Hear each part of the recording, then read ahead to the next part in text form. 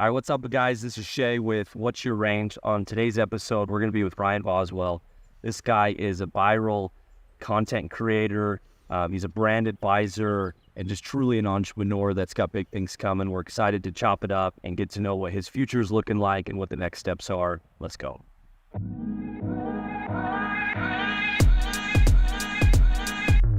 All right, first thing we start out with is how'd you get in the game of golf?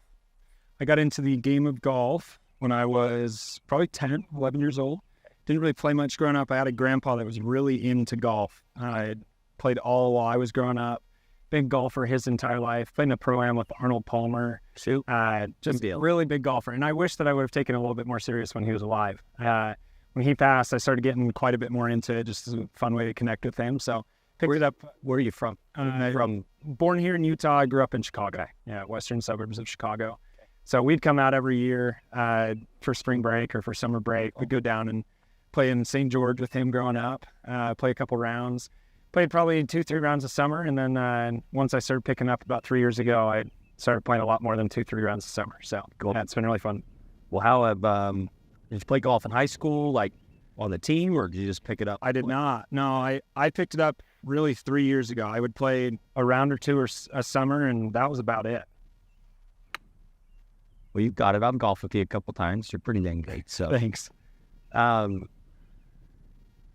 Obviously, golf's a hobby of yours. But where did you start? Obviously, you got your hands in a bunch of things. At least since I've known you, involved in multiple projects, multiple things. But how'd you get started in obviously the entrepreneurship world, the kind of the VC world, the startup world? Where did it start for you?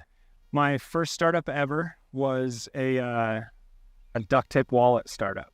So when I was 12, started making duct tape wallets. I realized that I could make duct tape wallets that were really cool. Yeah. Had my own, individual blade that I could do custom designs on. It was really fun. It was my first startup in 7th grade. In 8th grade, I was at a cross-country meet and realized that Jolly Ranchers were selling for 5 cents a piece. So I bought the entire bag of Jolly Ranchers and sold them for 35 cents a piece back at school. There you go. So I've always just had the entrepreneur bug. That's kind of funny. When after that, when I was 13, I really wanted a longboard. So I got on Gmail, found 300 longboard companies, and I cold emailed 300 longboard companies. And I said, I'll make you a YouTube video if you send me a longboard. I'd never made a YouTube video before. Yeah. Didn't know how to do it, but I was just like, I think I can give something of value here, and I think that they'll want it. So let's see what we do. Yeah. A couple weeks later, I have a longboard show up at my house, and that was when I started creating content. So had my first camera was a flip video camera. Okay. If anyone remembers that. Still have that back at my house. Started creating content there, got into YouTube, just did social media all growing up. Okay. So I'm 25. Yep. Got into it about 10 years ago. And then when I graduated high school in 2016, came out from suburbs of Chicago out here to Utah and did a year at Utah Valley University. How has that changed going from Chicago to here? I was just in Chicago this week. So Yeah. it's a different world out there. The food there is incredible. It is. Hopefully I had some deep dish pizza. Yeah, we did. It was awesome. I loved it. But the change was very, very different. Yeah. Again, just whole different lifestyle, very different pace. It's very fast paced living in Chicago. It's a little bit slower here in Utah, but it was a very necessary pace. Yep. I live a very fast life. Absolutely. And so I'm always moving, always have a million projects going on. So it was nice to slow down. My mom always said it's better to be busy than bored. And so that was kind of my motto growing up. So when I came out to school, my first week, there was like a freshman student rally or whatever going on. And I saw like the UVU van, and I walked up to the people there and I was just like, what do you guys do? And they're like, we work in the athletics department. I was like, sweet, that sounds really cool. Here's my business card. I had a business card, and I thought it was the hot stuff, right? I was like, I'm gonna make a business card. And I for my social media content, I had a business called Boz Visual Arts. Okay. It wasn't anything like actually legit. So made content here and there. I loved content, photography, videography. Yep. And ended up getting an interview out of that. And a week later, I was working for the athletics department at UVU. So that first year was awesome. Got to do a lot of really fun projects, but I also worked that entire first year of college for free. Okay.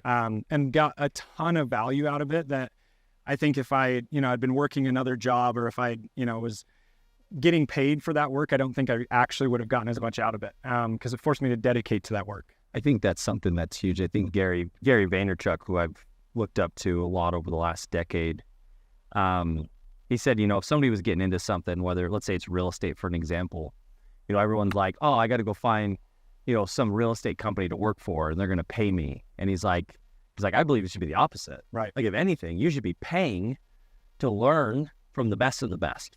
Right. And I think that's something I know from your background and my background. It's like, it's squeezing every bit, and value, receiving value is not always monetary. It's not always money. And actually the best value is typically not Experience. the experience. Yeah. And it's experience and network. Yeah. So you had UVU, obviously all of that getting up to UVU.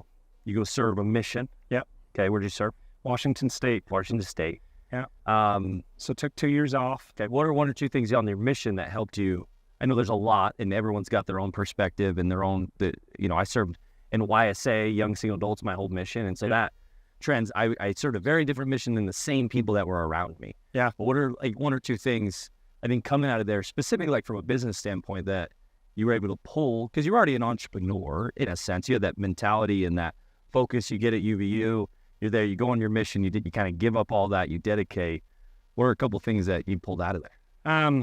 I know you asked for two. I'm going to get three. Cool. The first one, so my wife and I met 6 months before I left on my mission. Okay. So she actually waited for me while I was gone. We wrote handwritten letters every single week. Mm-hmm. I think we wrote like 450 total. Wow. So number one, if we're getting a little, funny about it, I learned the value of like really strong and very valid communication. Yeah. To be able to build and keep a relationship for 2 years without seeing each other, without talking to each other on the phone. Learned a lot of value in like strong communication and how to communicate effectively. Yep. So that was something, obviously walked away, and a couple months after I got back, we got married, which is awesome. So learned the value of really good communication. The next thing that I learned was the importance of follow-up. And all of the people that I got connected with before my mission that I felt like could potentially play a role in my life after my mission, I actually kept in touch with while I was gone. So when I was, a month from getting home, I had a job lined up for me when I got back. And so I saw the importance of seeing the long-term vision rather than just a myopic approach of doing the task at hand. And so I saw, again, communication, the importance of follow-up and staying in contact with people. And I just learned the importance of hard work and not relying on other people to get the results for you, like actually being willing to get in the trenches and do stuff every single day, even if it's not super fun. So that was a lot of what I learned in like my mindset and how it positioned me. The other fun thing was when I was on my mission, I got Facebook as a missionary. And so, I was that generation. It was funny. I was right before you. Okay. Yeah. So I got Facebook as a missionary, and a lot of the things that are now taught to missionaries on how to use Facebook is curriculum that I came up with.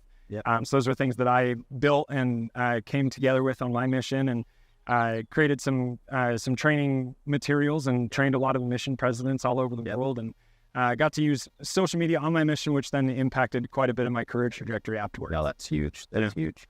So you get home, you have a job lined up.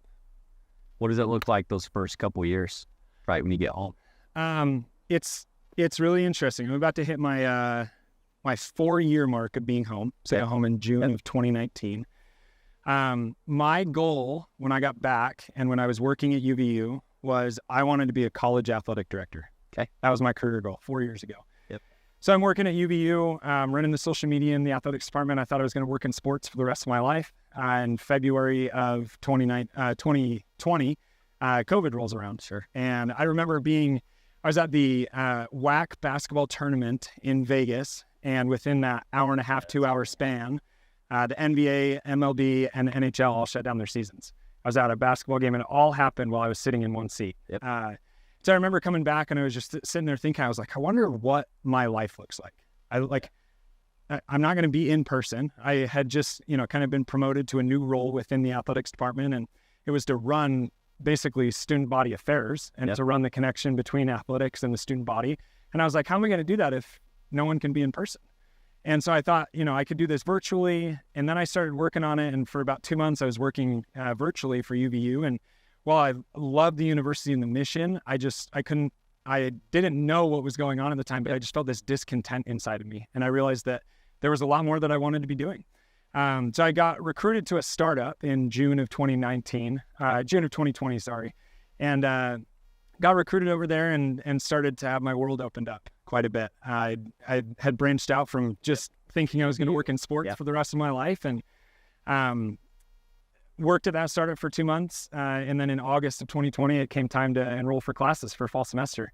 And I was just like, I love working. Like this is so much fun. I'm like, how can I just go back to a classroom and split half my time between something that I don't love doing, which would be going to school and sitting in the classroom, and not going to school and working and making money and having fun and being around really cool people. So I talked with my wife and decided to drop out of college. And it was interesting. You I guys was were married at the time, right? Yeah, I You was got married. right Had been away, married for 10 months when I dropped out. How'd she think of that?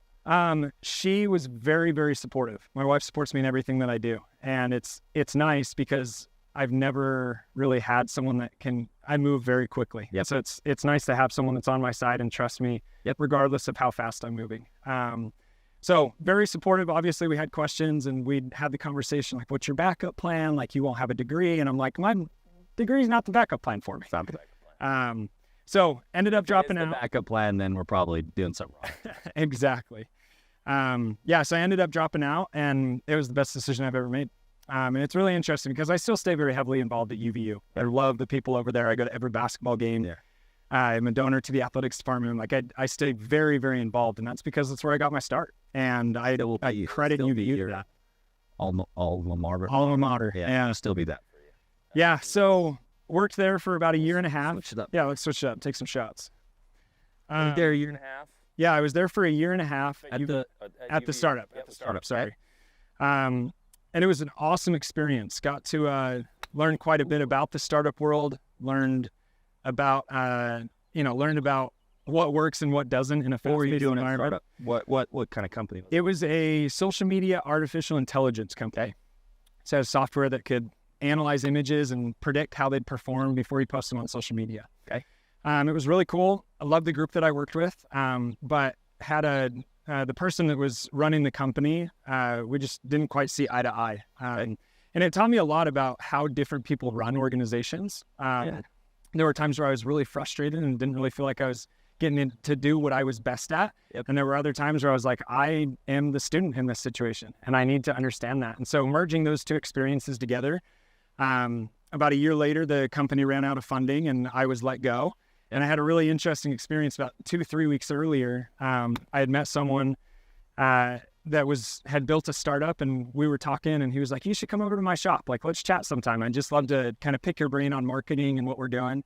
And so I get laid off, and I'm working on my resume. I didn't have a resume, still don't have a resume. But I was working on my resume at the time, and I get a call from this guy. Hadn't heard from him for about 2-3 weeks. Yeah. And he goes, hey, I don't know what you're doing, but come over to my shop this afternoon. Let's chat. So 4 hours after I had been laid off, I texted my wife, hey, I just got laid off. Didn't tell her that I had an appointment that afternoon because I didn't want it to seem like something was going to be happening. I wasn't expecting expectations. anything. Yeah. So I set my expectations really low, so I wasn't disappointed. Yeah. But went into the conversation. Within an hour, he had offered me a job. I had gotten a pay raise, and I was unemployed for 4 hours. Yeah. So if anything, it just taught me like, it's really, yes, to a degree, it's what you know, but it's so important to have those people who you know in your life. How did that? So that's very much been my life. Yeah, is I dropped out of school as well, but I was pretty confident in it because I always felt that I had people. I knew how to use the people, and I don't mean that like using them, but knew how to understand them and you can use people, but if you don't have value, you never get anything out of it. And so you have to have your own confidence and value in what you are. But having this wealth of network, I think, if anything, has been my degree. Is like I have this wealth of people that I know, and I've learned so much from them. And those, when I think about challenges in my life, maybe some people think about what they learned in school. I think about the relationships I've had and what I learned from a Liz Wiseman or a Larry Gelwicks or a Greg McEwen. Some people that came in early in my life and helped me. But I think for you, and something you've talked to me about before, is connection. Like, obviously, not just knowing what to do, building your own value, but how has those connections helped you and I guess continued to help you through your career? I think a lot of it comes down to having something that you are good at and having something that people understand is of value to them. The universal law of equivalent exchange states that anything that you put out into the world, you'll receive something of equal return. Yep. And so for a while, making money and building businesses has always been kind of a hobby to me. And a lot of the people that I grew up around, I feel like I was kind of raised to think that money was inherently evil. And, I had parents that taught me really good habits with money, taught me how to save, how to be frugal. And so I credit a lot to them about helping me build and develop that mindset. But a lot of how to make money as an entrepreneur is really, it's something that you have to overcome to a degree, right? It's like, I'm making all this money and I'm building businesses. Like, this shouldn't necessarily be coming easy, because there's a lot of people out there that don't have that right or that opportunity, right? Yep. So the value of connection to me came first in having something that I could bring to the table. I read a book called Who Not How by Dan Sullivan. Yep. That changed my life. And it as a brief Cliff Notes, Spark Notes version states, you, rather than being a jack of all trades, you should have one thing that you're really good at and that you can then leverage and trade around with the people inside of your network. Yep. So my thing was, I was really good at social media, and I learned how to leverage that to my advantage, right? Getting free stuff, getting free longboards. I was using it with chiropractors and dentists, and we were trading, and we were all who's for each other. Yep. So for me, I've always wanted to build my dream team, and that's what I've been doing for the last 2 years. As I got, as I started working with startups, and the last startup that I was at, I was working for the mechanical engineer that built the Ring doorbell. Okay. And I just saw how much really social capital and relational capital he had.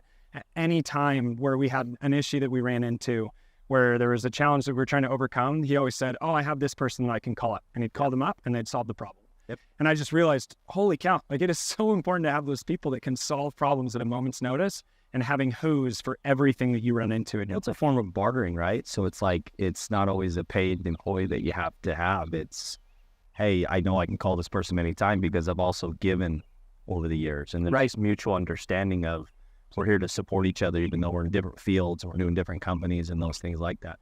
So what would be an advice for somebody? Because I've been very much that way of understanding, even as I've connected with people, I don't know how they're going to come into my life. Like, meaning I meet them and I'm like, oh, wow, there's a connection there. And I don't have a clear view of like, oh, they're going to help me do this or they're going to help me do that. So what is a way that when you're building relationships that you can hold on to relationships? Because so many of my relationships that I met early in my life, I felt inadequate because they were giving so much value to me,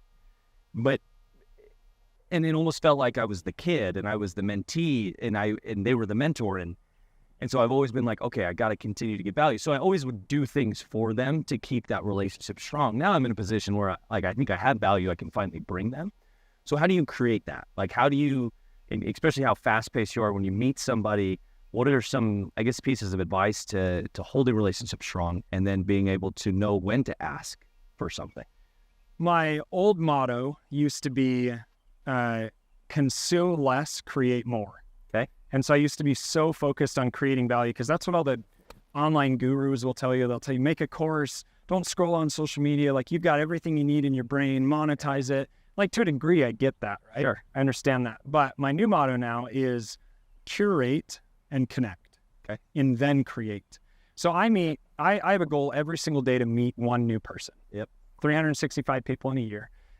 Just last week, I wrote down, I made a spreadsheet of everyone that I've met in the last 7 months, and it's just over 300 people. Yep. And that's just for one dedicated project. I guess it's probably closer to about 400. And, yep. My network has 10x'd, and I haven't necessarily gotten anything directly out of that, except for relationships. Yep. And so with the old motto that I had of consume less, create more versus curate, connect, and create, my concept now is I build such stronger relationships with people, even though I may not necessarily know right off the bat what I'm going to do with someone. Yep. I know that there is someone that can do something with them. And so what I like to do is I like to create my dream team, my rosters, and know what everyone is doing, so that when I meet other people that are doing something that could potentially be a solution for them, connecting them together. Yep. So that's my go-to when I'm at events, especially. I could go into an event, an example, a couple weeks ago, I went into an event knowing one person. I was in a brand new state, flew 1,200 miles to get to the event. I knew one person going into the event, and afterwards walked out with 30 new contacts. Yep. And there's a whole nother story there that we'll dive into just a little bit. But for me, I love going in and just learning who people are, what they're working on, and what problems they're facing. Yep. And that was, I asked some advice to one of my friends, Landon Ainge. And I said, when you're getting to know people, what are the questions good you at ask? that too. He's amazing. He at met that. me at a conference once, and I was like blown away. Yeah. He came up and asked me 1,000 questions about me. And he's really good at it. Yeah. And I met him at an event. Finally got to talk with him. We had met kind of in passing, and we met at an event during All-Star Weekend. And I said, how do you get to know people like so well, right? Not just asking questions, but asking the right questions. And he said, I always like to know what they're doing and what problems they're facing to grow. Yep. And so I've really started to implement that. And again, my network is just 10x. And so I build deeper relationships. Anytime I connect with someone new, I always try to connect them with someone new. Yep. I And think it's huge. even though it's not like an intentional, hey, I'm doing this so that you owe me a favor, it solidifies that relationship in a deeper sense where it's really like, if you think about sharing something on social media, that's inherent trust. And being willing to introduce someone that you meet to someone else is a deep underlying trust in the human relationship. No. And so how I build those deep and ingrained relationships with people that really don't go away is I connect them with people that can solve their problems. And then down the road, there may be opportunities for us to do something because we've established that trust early on. 100%. I'll switch it up. So you build these relationships, and it lands you at Silicon Slopes, right? So eventually, how did you get to Silicon Slopes and been working with them? So That's kind of how I met you, right? It's Yeah. the head of growth, Silicon Slopes. That's when, we met each other. How did you get there, and kind of what's next for you? So a year ago, the last startup that I was working at, I was managing a team of developers overseas in India, and I didn't have anything going on during the day here. Yeah. So I actually started golfing a lot.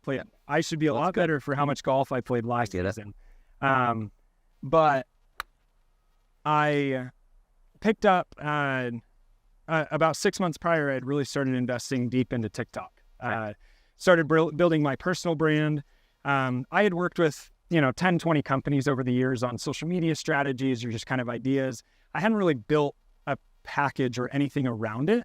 And so I decided to start going deeper into it a little bit. And I had worked with, professional athletes. I'd worked with big boat brands. And I decided that I was going to start implementing the strategies that I had done for other people for myself. So built an audience in about 6 months, went from about 0 to 70,000 followers.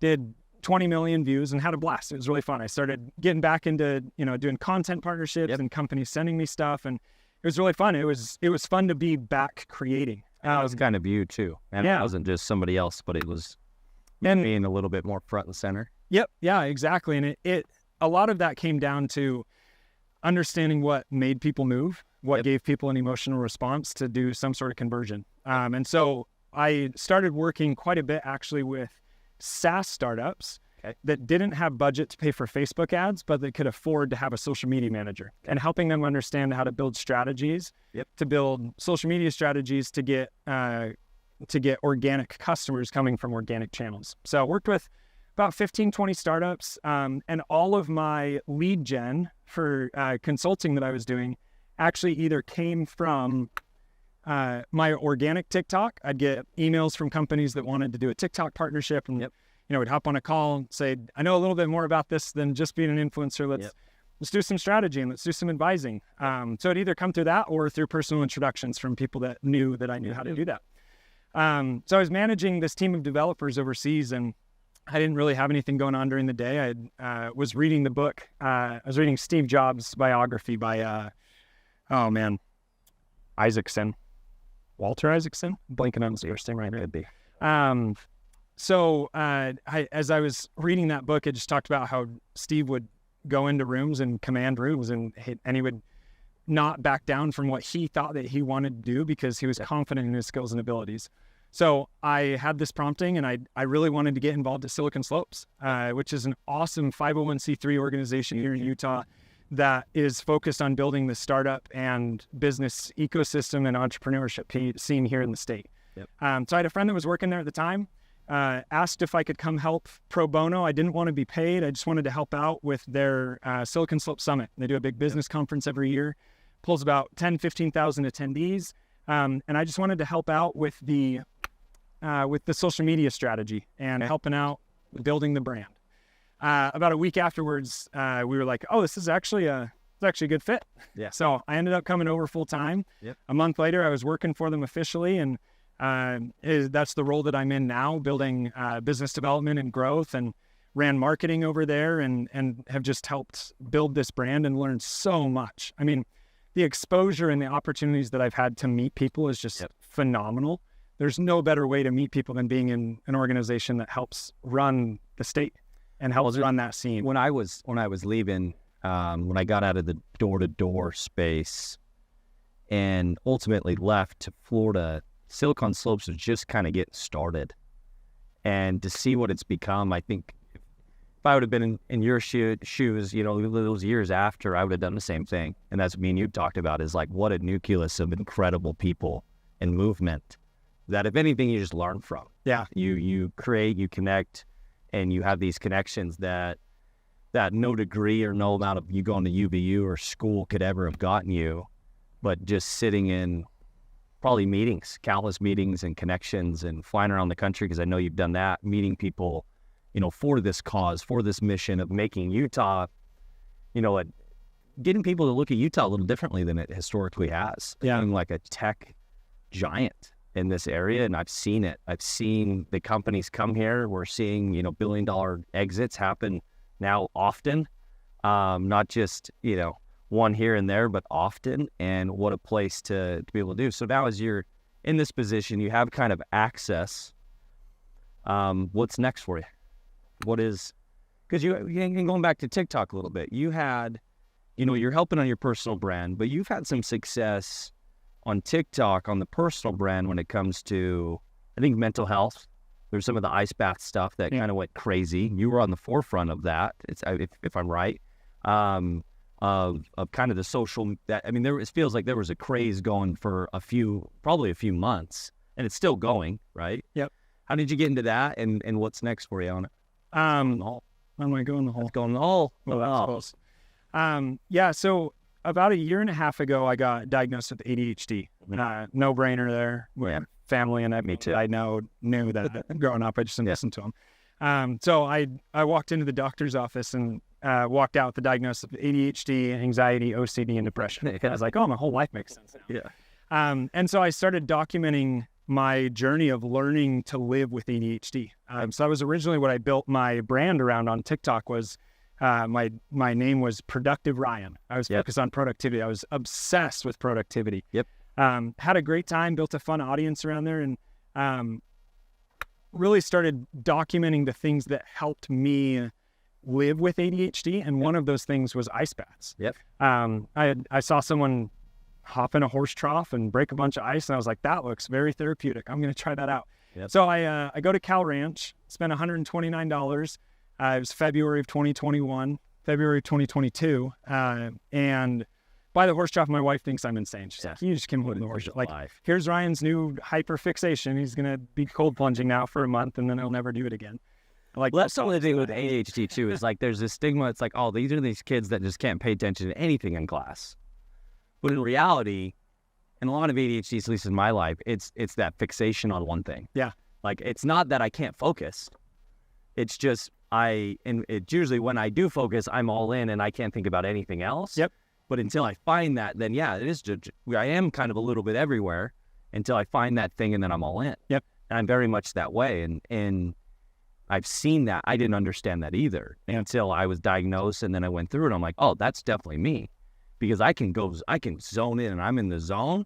I don't feel like anybody can stop me. It's just I can't get to that often. Well, and when that happened for me and I got that diagnosis, like it clicked for me. Like, my whole life made sense. Yep. Social situations, what I was doing at work, like everything now made sense. Yep. And it clicked for me pretty quickly. Yep. And so what I very just rapidly really tried to do was to turn outward and help others that had been in that situation. Yep. When I find something I love, I share it with everyone around me, because I want everyone to have that, right? Yeah. The fixation, I want everyone to know about it. And so I started building this community around mental health and talking about productivity and ADHD and depression. And it very quickly became very much less about me and more about the people that I was interacting with. My favorite part, it's always fun to have videos that go uber viral, right? That get 1, 2, 18 million views, right? Those are always a good time. But my favorite part about this phase of social media content creation that I was doing was I'd get DMs from a 17-year-old kid that was about to graduate high school that said, your content helped me go to the doctor. I started going to therapy, and now I have a diagnosis, and my life is so much better because I understand so much more about myself. Yep. And it's like, I'm not making TikTok videos so that I can being get a bunch of views, right? Like, it's not about me. And so anytime that I like lose track of that focus, right? Yep. Start with why, Simon Sinek, really just helps me recenter and refocus on why I'm doing certain things. And so that built, a really fun community. I think I'm at just over 150,000 followers on TikTok now. I think I've done, I want to say like 60, 70 million views, specifically in the ice bath world. And it's been really fun, and it's led to some fun opportunities. Every opportunity, though, that has come in my life has either come from me doing something for free for a little trial period, or doing something on social media. And that's how I've gotten every single one of my opportunities and connections. Well, I think, and that's going back to where it is that opportunity to see a little bit more in the future of me building a skill, or me giving this time of mine, right? We only have so much time, but giving that, it can set up the world for you. Right. And obviously you didn't know, and you're sitting and doing, TikTok, and then you get in an ice bath and your wife thinks you're crazy. Then all of a sudden you post and you go viral. And then I think because of your TikToks, a bunch of ice bath stuff gets sold. Yep. You like sell out companies because people are like, hey, where can I get an ice bath from? And that's led to you have more relationships with ice bath companies and organizations and people. And we were together at VCon, and we're sitting talking to Michael Chandler, right? Yep. Like, you're sitting talking to Michael Chandler, and he's talking about ice baths and those things. And like, what a unique thing that you're like, oh, I'm going to connect with one of the greatest UFC fighters because I sit in ice baths and have TikTok videos that go viral, right? Like, the world is changing, but at the end of the day, we connect on those things because he does that as well, right, as an athlete. So, well, and I think people forget that all of us are human. Yep. And that all of us, again, at the end of the day, like, we all have our perfections and imperfections. My favorite part, though, and this is something that happened about 6 months. You want to switch? Yeah, switch. This is something that happened about 6 months before I made my job transition over to Silicon Slopes. I really wanted to just be dedicated to doing good work and not being focused on the pay. And that was why I went over to Silicon Slopes. I wanted to be involved in a really good mission and involved with awesome people doing cool things. I wasn't worried about being paid at first. And I just saw an organization of people that selflessly gave and selflessly wanted to build something unique. And I got a very strong impression and prompting when I joined the team at Silicon Slopes. It was like, you don't know how long you're going to be here, but you will meet the people when it's time to leave that will help you make the jump to be an entrepreneur. Yeah. And that was what I wanted my entire life, is to be an entrepreneur. And, it's been really unique. I've had a ton of phenomenal conversations, met awesome people, have had job offers come my way. And, I've always been focused on building something really cool, but not being in any rush because I know that I'm on an awesome team. And I've loved working at Silicon Slopes. And a really unique situation came about a month ago. And I got connected with a company that has an office here in Utah, headquartered out of Indianapolis. Okay. And this is now my next move, actually. And it's really cool and exciting that, we're talking about it here on the golf course today, and just kind of getting it official now, but life will be very different when this airs. Yep. I got connected about a month ago with the CEO of this company, Connected, Connected.io. They do LinkedIn outreach automation software. And I had one 20-minute call and one 9-minute call with the CEO. And on the 9-minute call, about 2 weeks after our first call, we're talking on the phone, and he says, hey, I know this is really random, but I know you do ice baths on TikTok, and I've got a cold plunge studio that I'm opening in Indianapolis. And I'm like, oh, that's awesome. That's really cool. Like, what? Tell me a little bit more about it. And he's like, I don't have a ton of time right now, but I've got tickets to the Indy 500, and I've got a ticket to VCon. Would you be willing and interested, again, back to Who Not How by Dan Sullivan, having something of value? He's like, would you be willing to trade a TikTok video if, you flew out, and I'd give you a ticket to the Indy 500 with our group and come to VCon? I was like, absolutely. Like, I'm not going to turn... Good bargain. Yeah, good bargain. I'm not going to turn that down. Yep. So go out there and, went out very dedicated to Silicon Slopes, had an awesome time there, met some phenomenal people, and came back from the trips. And, a couple of days after I'd been back, I get a call from Devin. And he says, hey, we loved having you with our group, and there's a lot of really fun things going, and you fit really well and merged with our team really well. And we'd love to have you come in and run the Cold Plunge studio. Yeah. And so when this episode airs, I'll be running Cold Plunge Studios based in Indianapolis. But it was just so interesting to see. Again, I had zero expectation of anything coming, zero expectation of getting a job out of it. Right? Like I was going out and meeting cool people and helping an organization, and multiple of those people that I met at VCon and that weekend will end up coming out to Utah for the Silicon Slopes Summit in September. And again, law of equivalent exchange. Yeah, I gave something with my whole heart and and received something in return.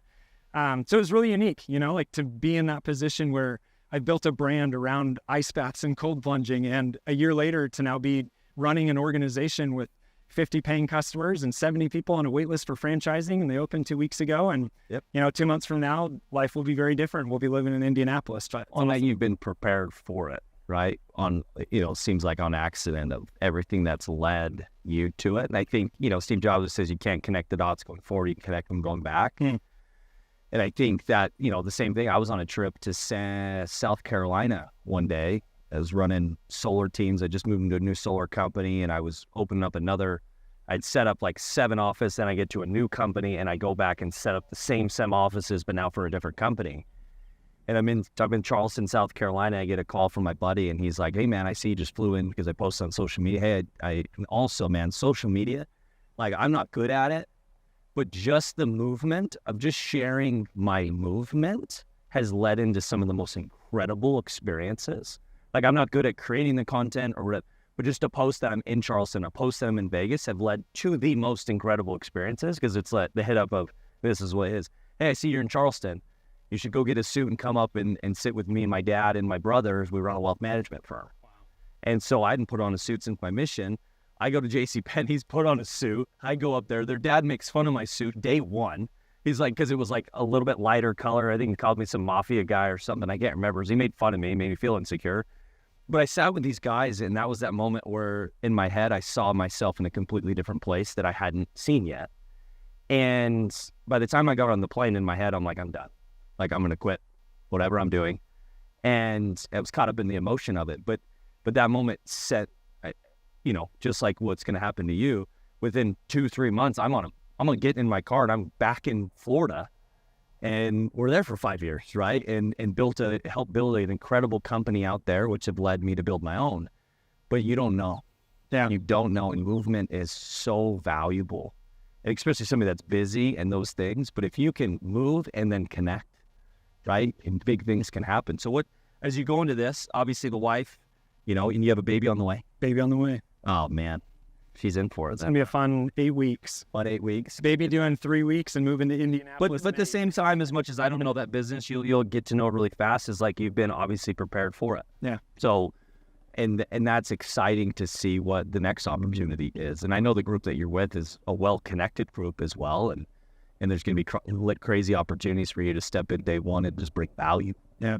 Bring ultimate value. The really fun thing, again, that life happens really fast. Yep. And life is short, right? Like it happens too fast to not make the most of opportunities that come your way. Yep. And all of it has happened through people that I've met. Yep.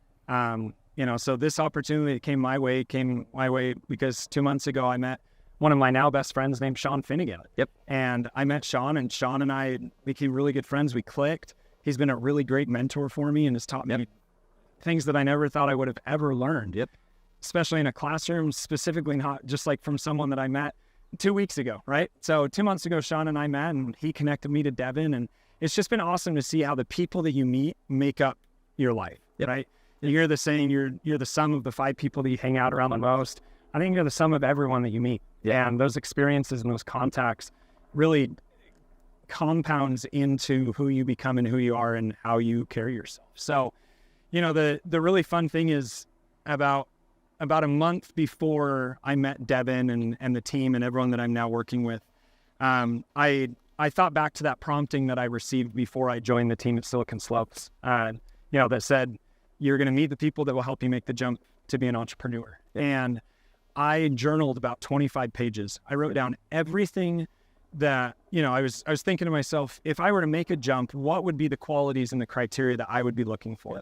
And I wrote down every single thing that I could think of. It was something that I wanted to be able to feel like I had ownership of so that I could drive and really build and bring my expertise to the table. I wanted partners that were going to trust me to do my job, because I'd been in a lot of situations where I'd been hired to do a job but not been allowed to do that job that I was hired to do. And so I set all of these criteria. And again, right when I had that conversation with Devin, this opportunity has lined up with every single one of those things. And I think the most important part is, like, we can't necessarily create our destiny. We have agency and choices that we can make that allow us to create the life around us. But a lot of it is, it's active and being proactive, but also reactionary to our circumstances around us. So the really interesting thing for me is that it lines up with everything that I've ever wanted to do. But a lot of it has come from years and months and weeks and days of work and preparation, all lining up to the specific moment that I'm sure will be the first piece of a puzzle to a million opportunities in the future. And it's been really fun to see all of those people that I've met, the journey that I've been on healing myself and learning about myself and productivity and learning about things I've lived with my whole life, now compounding into this one experience. And my favorite quote is, and it's the one that I live by, is live and be where your feet are. And there's no more important place than where you are currently right now. So it's been fun. That's what life is about, right? It's just about having fun. It's the best. What's one, I think of at 25, right? You have a nickel of your life, or a quarter of your life done, right? And it's like you live to 100. But what is the one thing that sums up those 25 years? The one thing that sums up the 25 years of my life is something that my therapist taught me 2 years ago. I go to therapy every other week. It's something that I live and swear by. I think everyone should just have someone to talk to, even if you don't have depression. Live and swear by it. Talk it out. But he told me that there's never a certain way that things should or could be done. And allowing that to drive every action, everything that I do in my work, there's no way that things should or have to be done. And not sticking to a status quo or a set criteria or curriculum. I would still have a year and a half left in college if I'd stayed in school. All those opportunities. Right? All of those opportunities would have been down the drain. And again, everyone's path in life is different. But for me, I didn't think that there was a certain way that my life had to be lived. So my life is very different from everyone else around me. Both my grandpas worked in higher education, one at BYU, one at Utah. Both of my parents have masters. My two older brothers have masters. Sister-in-laws. I have a bunch of family that worked in education, and then I dropped out of college. Right? I was the black sheep. And for a while, I thought I was the problem. Right? And so it took me a long time to heal that relationship with myself because I didn't realize that there didn't have to be a way that things should be done. And as soon as I understood that, it removed all the limiting beliefs from my life and allowed me to open and connect with the other people that had been through those experiences and allowed me to live the life that I deserved to be living. Incredible, man. Well, I'm excited for you. In our short time of getting to know with you, I've learned a lot, and you've connected me with like 1,000 people that I still have to connect with. So I appreciate it, and we're here for you in any which way we can. So I appreciate it. Thank you. Likewise, brother. You're the best.